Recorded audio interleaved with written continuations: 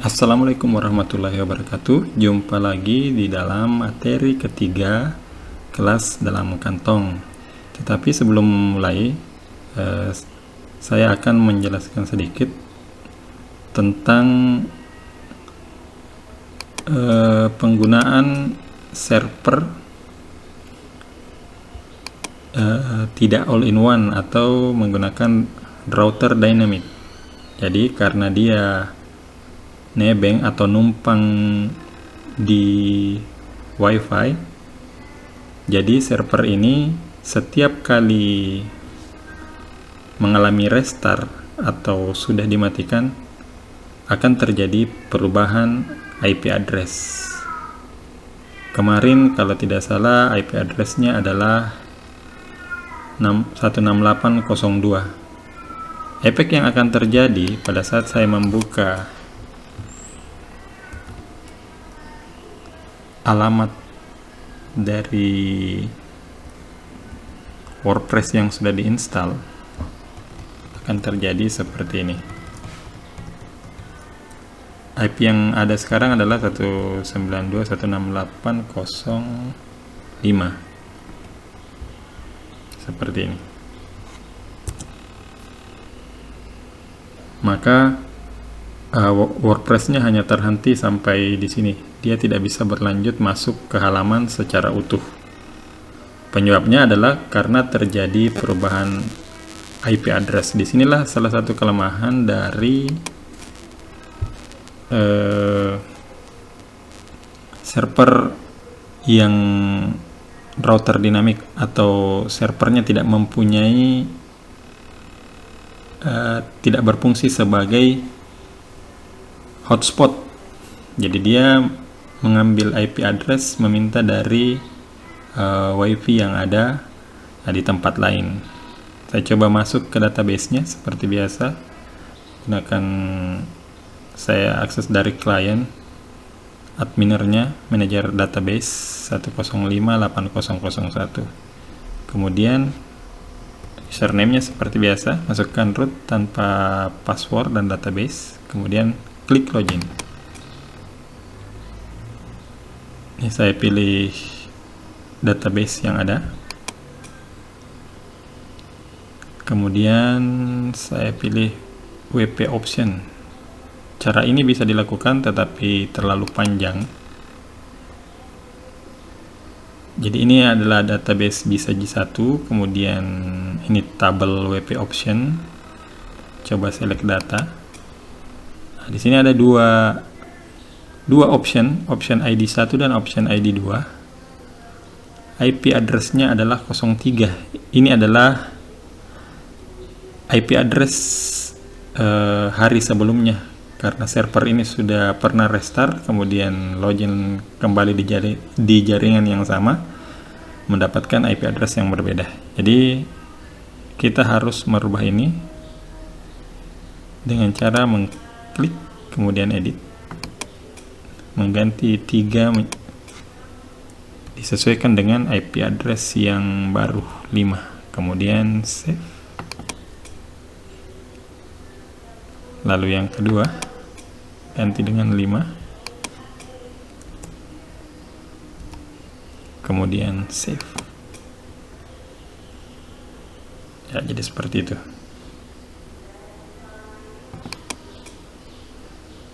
Selanjutnya kita refresh WordPress-nya, maka dia akan masuk dengan sempurna setelah terjadi perubahan di database. Oke, kita masuk ke materi yang ketiga. Pada pertemuan kali ini saya akan membahas bagaimana caranya membuat post menggunakan WordPress, kemudian yang kedua nanti bagaimana membuat course. Yang pertama, untuk membuat post, terlebih dahulu masuk ke halaman WP admin untuk masuk ke dashboard dari WordPress ini. Jadi tinggal ditambahkan saja direktori dari WordPress, kemudian ditambahkan WP admin, kemudian enter. masukkan usernya, kemarin Bisaji, lalu passwordnya Bisaji saja 12, kemudian log masuk.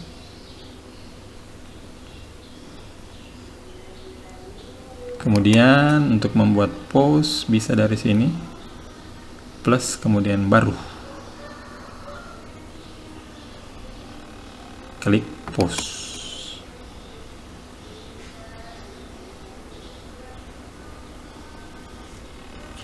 Ya, berproses, close saja bagian ini.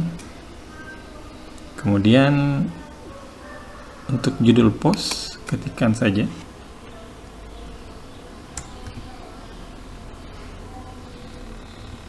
post pertama saya, kemudian isi dari post yang kita buat ini, ini isi post pertama saya, lalu menjadwal atau simpan. Ya, sesimpel itu. Kemudian untuk menampilkan post bisa diklik di sini, tampilkan post.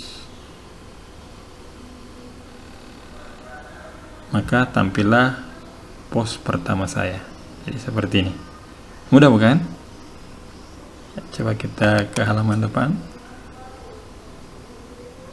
Nah, post pertama saya sudah tampil di beranda.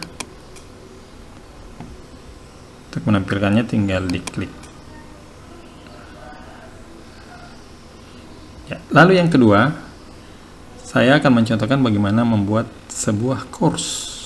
Caranya adalah di baru, kemudian klik course, lalu tambahkan judul kursus pertama saya, lalu ini isi kursus pertama saya, ya biar seragam, pertama saya. Lalu kita bisa menambahkan beberapa atribut.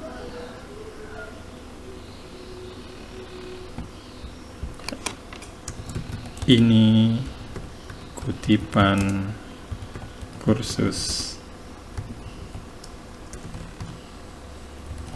pertama saya. Ini penulisnya adalah user Bisaji. Kemudian beberapa hal penting adalah topik.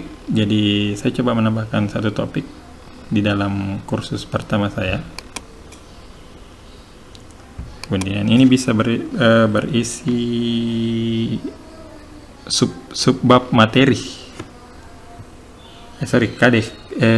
kompetensi dasar. Jadi nanti kompetensi dasar terbagi dari beberapa materi. Misalkan topik 1. Lalu saya klik button add topic. Jadi saya fokus di topik dulu. Yang sudah terbentuk akan muncul seperti ini. Saya tambahkan satu topik lagi. Topik 2. Lalu saya klik button add topic. Sekarang Anda sudah punya dua topik, topik pertama dan topik kedua. Lalu kita coba tambahkan lesson atau materi di setiap topik.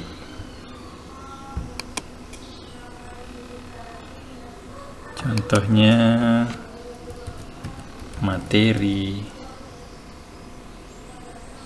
1. Nih isi dari topik 1 materi 1. Lalu saya update lesson. Di dalam topik bisa juga diberikan kuis. Saya coba tambahkan satu kuis. Sini nama kuisnya. Topik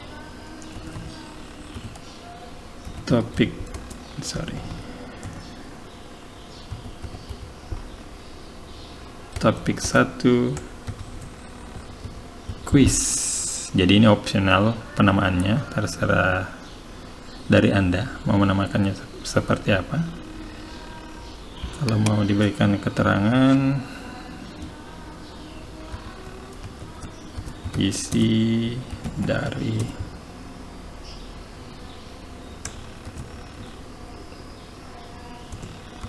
topik 1 kuis. Kemudian save and next buttonnya diklik. Lalu Anda memberikan pertanyaan, jenis pertanyaannya dengan mengklik button add question.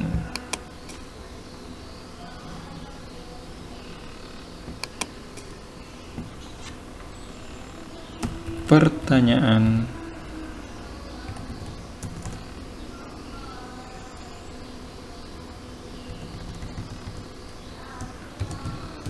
bagaimana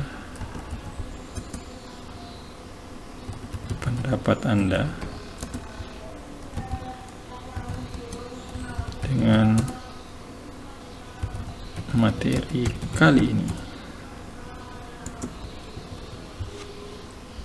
Lalu pilih tipe kuisnya. Tipe kuis ada bermacam-macam, ada benar salah, true false, ada single choice, ini untuk pilihan ganda, multiple choice untuk pilihan lebih dari satu, open ended, fill blank, ya isian kosong, jadi short answer, jawaban singkat, matching memadankan, image matching memadankan gambar, kemudian image answering, dan yang terakhir ordering.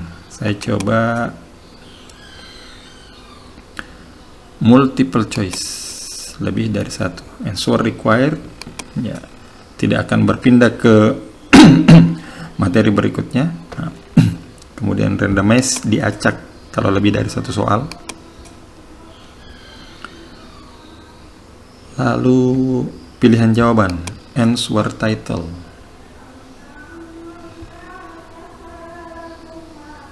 Misalkan mantap. Kemudian klik button save answer. Ini sudah ada satu. Saya tambah satu lagi. Biasa saja.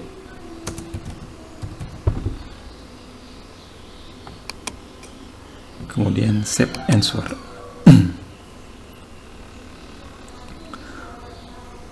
Lalu pilih save and continue.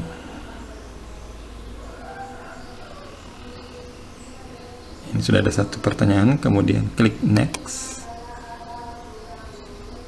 Lalu pilih save. Scroll ke bawah.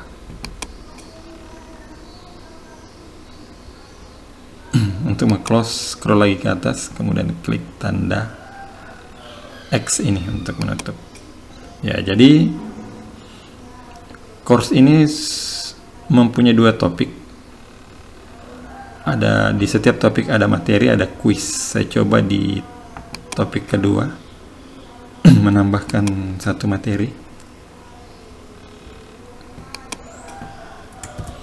Materi 2. Kemudian ini isi materi 2. Kemudian saya update lesson.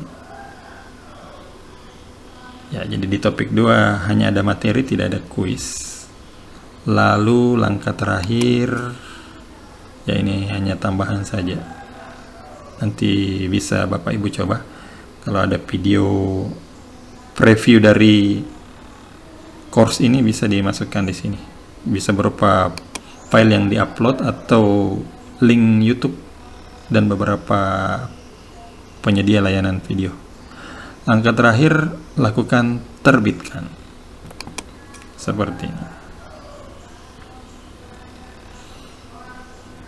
Ya, jadi sesimpel itu. Bagaimana untuk melihat course-nya? Kita coba lihat view course.